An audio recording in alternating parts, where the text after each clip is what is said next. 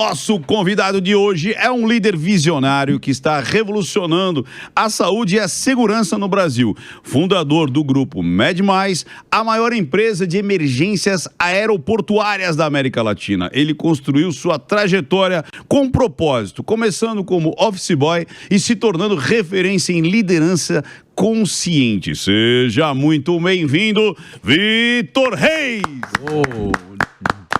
Com essa apresentação aqui no meio de comunicadores tão fantásticos como vocês, eu acredito que realmente eu estou no lugar certo. Né? Pô, cara, mas conta essa história, Vitor. Pô, você é um office boy, hoje você é responsável aí pela vida de mais de 5 mil funcionários, né, atendendo 1/4 da população, quase a gente estava comentando aqui nos bastidores. Como que foi a sua virada de chave para o empresariado? Como que você virou a mentalidade? Conta a sua história, muito curiosa. Eu acho que a primeira coisa para falar, Zurita, é que eu não sou herdeiro, cara. E talvez muita gente lá do outro lado olhe e já vê o resultado final e pensa, mas ali teve um investimento do pai ou teve um fundo por trás. O que eu tenho para dizer inicialmente é que eu sou parte do que você provavelmente está me assistindo e está começando agora. O que você está enfrentando hoje, eu enfrentei lá no início, iniciei do zero. Eu tenho o orgulho de dizer que eu venho de uma família humilde. Meu pai pintor, minha mãe auxiliar de enfermagem, hoje aposentados por mim, graças a Deus. E iniciei a minha trajetória com muita dificuldade. Eu tenho uma formação técnica ainda, eu não tive tempo de cursar um nível superior, né? Mas eu tive a oportunidade de me formar como técnico em segurança do trabalho e estudando bastante a legislação, eu consegui achar uma brecha na legislação e fui o primeiro técnico em segurança do trabalho no Brasil a ter um reconhecimento no CREA, no Conselho Regional de Engenharia e Arquitetura, e ganhei a posição de ser um consultor de engenharia de segurança do trabalho no Brasil. Foi quando, aos 19 anos, eu abri a consultoria chamada MedMais, na área de saúde e segurança do trabalho.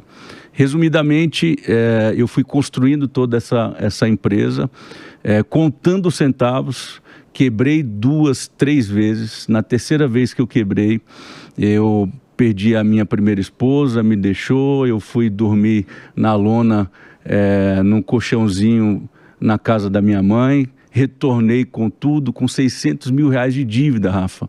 Eu tive que recomeçar, pensei em tirar minha vida e acelerei todo o processo da reconstrução de tudo.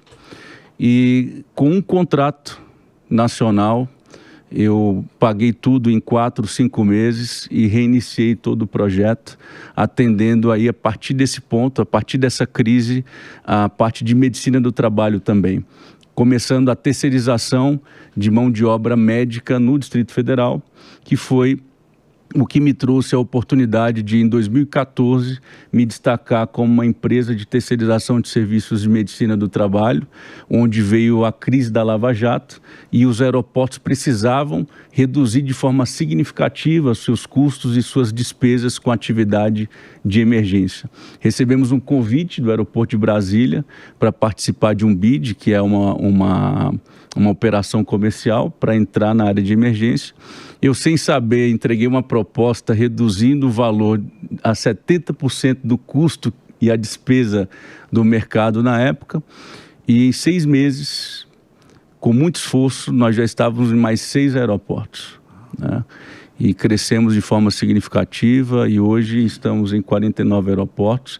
Uau. E a nossa trajetória de lá para cá, ela é muito marcada pelas posições de crises que o país enfrenta, sabe? Se você me perguntasse, Vitor, qual é o diferencial que você acredita que te trouxe até aqui para fazer da sua empresa a maior empresa de emergências aeroportuárias da América Latina? Eu diria a você que foi a maneira com a qual eu enxerguei cada desafio nacional. Eu acredito, Eric e Ricardo, que dentro de cada situação atípica, adversa, de crises, nós temos um cetro de possibilidade, com autoridade, de transformação da nossa realidade como empreendedor no Brasil. Se a gente tiver essa compreensão clara, nós teremos a oportunidade de tomar mercados, de transformar a vida de comunidades e de aplicar o que eu chamo de capitalismo consciente, que é o que esse país precisa. Porque eu gosto muito desse desafio que você colocou em você mesmo, que eu digo assim, quando está todo mundo crescendo, está todo mundo crescendo. Agora, quando você cresce, quando está todo mundo enxergando uma crise, é um crescimento muito mais sustentável. Porque quando você cresce, quando a onda tá subindo, você tá igual a todo mundo. Você cresceu, mas seus concorrentes também cresceram, todo mundo cresceu. Agora, quando você cresce, justamente quando está todo mundo muitas vezes descendo... No fluxo contrário. No fluxo contrário é onde você tem um crescimento muito mais sustentável. Ou seja, você conseguiu um ganho real além dos seus pares ali, ou até do próprio país, da situação econômica. Mas o que eu queria entender, me corrija se eu estiver errado, segurança do trabalho, a gente fala de uma situação de prevenção, tanto laboral quanto de testes. Então você faz aqueles exames todos, é isso? Exatamente. Antes de entrar, e também ergonomia de várias coisas, audiometria, riscos, não é isso? Riscos. Exatamente. Mas se você disse também a terceirização médica, a terceirização de uma situação eminente de risco para... às vezes, talvez o funcionário e os seus usuários, seria isso? Por isso que você fala aeroporto, você fala... Então, onde que entra essa parte? Onde difere, onde ajunta, ou você que criou isso, essa parte que a gente conhece, que é obrigatória até da segurança do trabalho, para essa que, como, por exemplo, você ter lá uma ambulância, você ter um helicóptero, você... eu lembro que, por exemplo, eu dou treinamento. A partir de um número X, eu sou obrigado a ter uma ambulância ali. Então, é isso que você faz, só que é um nível gigante. Mais avançado. Então, explica pra gente isso aí. Bom, uma pergunta bem pertinente, porque eu tentei resumir a minha história aqui, acho que deu o quê? 2, 3, 4, 5 minutos, né? E nem falei de coisas bem mais profundas que me ocorreram. Mas veja, houve um momento em que eu fiz um upgrade, eu pivotei o nosso modelo de negócio, porque atuávamos com a terceirização do médico do trabalho. É aquele que trabalha com a prevenção dos acidentes e doenças do trabalho no trato do cumprimento da legislação trabalhista. E a gente empregava uma mão de obra assim. A crise me trouxe a oportunidade de entrar no mercado que eu não atuava, que é o mercado de emergência. Tá. Então, como existe uma similaridade na terceirização de medicina do trabalho com a terceirização da mão de obra médica de emergência, por causa da crise, eu recebi essa oportunidade no aeroporto de Brasília e resolvi assumir com todas as forças, até porque se eu não tivesse entrado nessa seara, talvez a MedMais não existisse mais. Porque o nosso principal campo de trabalho na época eram as construtoras, e com a crise da Lava Jato as construtoras tiveram uma queda significativa, né? Meu faturamento foi quase ao chão, foi 0. Então nós precisamos realmente assumir riscos com consciência, e foi o que você disse, quando as pessoas estão indo para uma direção, você tem que seguir em uma outra direção. Eu tenho uma máxima comigo que eu digo o seguinte: desconfie do caminho das massas. Entendi. Desconfie do caminho das massas. Quando as massas estão seguindo para a direita, eu sempre me pergunto, por que eu tenho que ir para a direita, Eric? Eu vou para a esquerda. Quando eu vou para a esquerda, eu tenho um resultado diferente de 99% da população. Agora, falando um pouco da nossa nova área de atuação, a partir de 2014, a emergência como um todo, ela é estabelecida sobre um plano estratégico de atendimento à resposta à emergência. Por quê? Veja bem, as principais causas de uma necessidade de atendimento de emergência que podem levar a um mal súbito estão ligadas, por exemplo, a algum tipo de problema relacionado ao trato cardiológico. Então, se você tiver agora, nesse momento, uma parada cardiorrespiratória, se eu não conseguir te reanimar em 5 minutos, você morre, amigo. Então, quando você vai conseguir atender um prédio aqui onde nós estamos, eu não lembro, Paulista. na Paulista, se o quartel do Corpo de Bombeiros ou do SAMU mais próximo fica a 20 minutos daqui. Então, quando os profissionais de emergência chegarem no local, você já veio a óbito. Então, qual que é o objetivo do plano de emergência mundial? É lhe atender em menos de 5 minutos. Para quê? Para que esse mal súbito, para que essa morte ela seja evitada, né? Alguns países da Europa já avançaram muito bem, colocando em esquinas, em pontos estratégicos, um DEA, que é um desfibrilador cardiopulmonar. E muitos até automáticos, interativos, e ensinaram a população como utilizar. Mas existem uma série de outras intercorrências que podem ocorrer com as pessoas quando elas estão em trânsito, quando elas estão em locais de um grande fluxo de volume de trânsito de pessoas. E por isso nós estamos ali para atendê-los diuturnamente, 24 horas por dia. O Vitor é um grande comunicador, vocês já perceberam isso, e quando ele fala, o olho brilha, né? Vitor, eu quero saber o seguinte, são 5.000 funcionários, e talvez o que mais impacte é quando nós nos deparamos com funcionários seus extremamente engajados, vestindo literalmente a camisa e falando de você e da empresa com entusiasmo. Nós estivemos agora em Balneário Camboriú e passou uma funcionária da Med+, e nós fizemos questão de pará-la para perguntar para ela sobre o Vitor, sobre tudo o que ela vive. Como é que é o trabalho de desenvolvimento de cultura que você tem feito na Med+, e parabéns, viu? Porque é impressionante ver uma massa de pessoas vestindo com afinco e com amor a camisa da empresa. Como é que se dá tudo isso? Como é que você implementou tudo isso? Olha, eu acho que, em primeiro lugar, o empreendedor ele tem que amar as pessoas, sabe, Rafa? E isso tem que estar dentro dele. Porque a nossa principal missão, ela vem de um propósito. E todo propósito é coletivo. Eu acredito, nós somos cristãos aqui, e eu acredito que o propósito ele vem para nós, Ricardo, em formato de cruz. Então ele vem do alto, a gente recebe do Pai, e a gente, na horizontal, precisa espalhar esse propósito, mudando e transformando a vida das pessoas. Então, se todo empreendedor tiver essa cabeça consciente, a gente não precisa discutir mais esquerda ou direita. Sabe? A gente realmente cumpre o nosso papel e a nossa posição nessa terra. Mas respondendo a sua pergunta de uma forma mais clara e específica, eu entendi o meu papel como empreendedor. E eu entendi que eu preciso, a partir do meu papel, colocar o colaborador no centro e fazer com que ele realmente se importe consigo mesmo e manifeste uma transformação na comunidade onde ele está inserido. Como é que eu faço isso? Primeira coisa, eu coloquei o meu nome para jogo. Meu nome é Victor Reis. Então eu criei uma cultura organizacional com a primeira comunidade corporativa cultural do Brasil. Como é que funciona isso? A comunidade dos reis.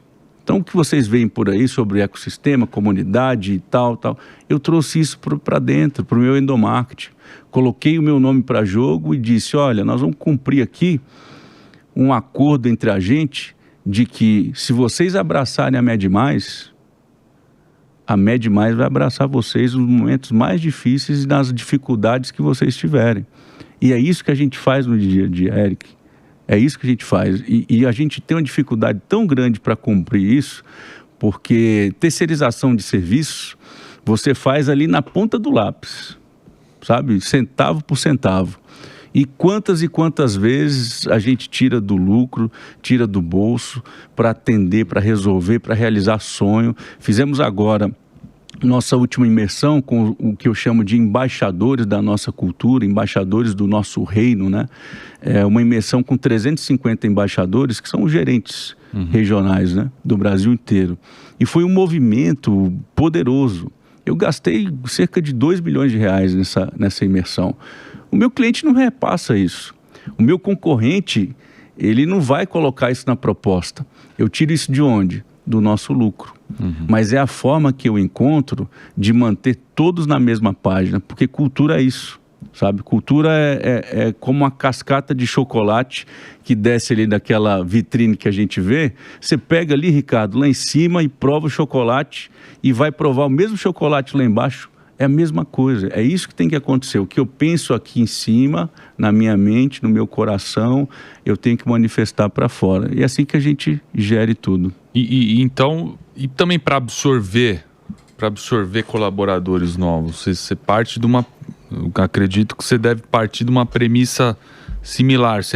Como que você identifica que esse potencial funcionário, colaborador, ele pode adentrar, pode trabalhar junto com vocês? Quais são os critérios que vocês utilizam? Ô, Eric, a gente sofre tanto, cara, para encontrar, em primeiro lugar, as especificidades mercadológicas e profissionais, que eu vou ser sincero com você, sem demagogia. Eu não consigo aplicar isso no meu processo seletivo. Porque senão eu não consigo colocar os profissionais para rodar, para trabalhar. Então, primeiro o contrato, e depois eu entro com a medicação, com a transformação, com a mudança. E como a nossa cultura organizacional ela é muito forte, o cara ou ele muda ou ele cai fora. Ou ele cai fora. E o nosso turnover é muito baixo. Então eu acho que o nosso processo de mudança tem funcionado. É um treinamento, a partir de treinamentos internos, né? Isso, ele dia já começa no onboard e aí passa por um ritual completo, diário, semanal, com Thanks Day. Nós temos 7 valores, dos 7 valores culturais que são massificados, é como uma igreja mesmo. Os 3 principais são gratidão, fé e propósito, e a gente transforma a mentalidade dos nossos colaboradores a partir desses 3 valores e seguindo o rito aí pro restante. E assim a gente consegue governar 5 mil colaboradores, são 5 mil famílias. Tem cidade no Brasil que não tem 5 mil pessoas. Sim, em todo o Brasil. E vamos chegar, a minha meta, o meu propósito, é em 10 anos chegarmos a 50 mil colaboradores só no Brasil. Cara, muito bom, hein? Porque, pô, o que a gente recebe de gente aqui que acaba reclamando mesmo dessa... Mão de obra, né? Mão de obra, né? Contratação. Hoje é difícil, né? Mas parece que você encontrou dessa forma, né? De abraçar a pessoa, né? Abraçar o colaborador. O recurso humano ali, né? Sim, mas a gente sofre muito ainda. A gente sofre muito. Mas mesmo assim, eu acredito que a gente não pode desistir do ser humano, sabe? Mas sofre em quê, Vitor? Assim, bom, eu não queria fazer a pergunta já com enviesado. Qual é a dificuldade hoje na contratação? Não é nem quanto à contratação em si, porque a atração, atrair os... A MedMais é a segunda empresa no Brasil que que tem uma habilitação para a formação desses profissionais de acordo com a ANAC. Então, Entendi. A gente consegue formar as turmas que forem necessárias. Esse é o seu modelo de atração? Esse é o modelo de atração. Vem que eu vou te treinar e vou te capacitar para ser um profissional. Esse é o modelo de atração, mas não é o modelo que mais me interessa. O meu sonho como empreendedor é aplicar um modelo de employer brand, onde todas as pessoas no B2C, as pessoas que estão nos assistindo, saibam quem é a MedMais e desejam trabalhar na MedMais ou serem atendidos pela MedMais ou passem por um dos nossos aeroportos e tirem uma foto e conheçam e perguntam. Esse é o meu propósito e a nossa meta como Employer Brand, né? Que é buscar a empresa antes de ser contratado ou indicado, ou enfim. Mas o nosso grande desafio mesmo é o desafio da mentalidade do brasileiro, sabe? Infelizmente. E nós temos hoje no Brasil regiões que ditam culturas completamente ditames, diferentes e que para nós é um grande desafio, né? Sem contar que são acordos coletivos, sindicais, com diferenças salariais, com diferenças... Você tem que desconstruir primeiro para depois construir, né? Exato, e aí eu não consigo manter um padrão de Ctrl-C, Ctrl-V para todo mundo. entende? Que é muito regionalizado É esses muito acordos regionalizado. de O sindicato. Brasil é um e tudo. país de proporções continentais, É. né? Então, realmente, são mundos distintos. Pô, que legal, cara. Muito bacana. Inspirador saber da história do Vitor.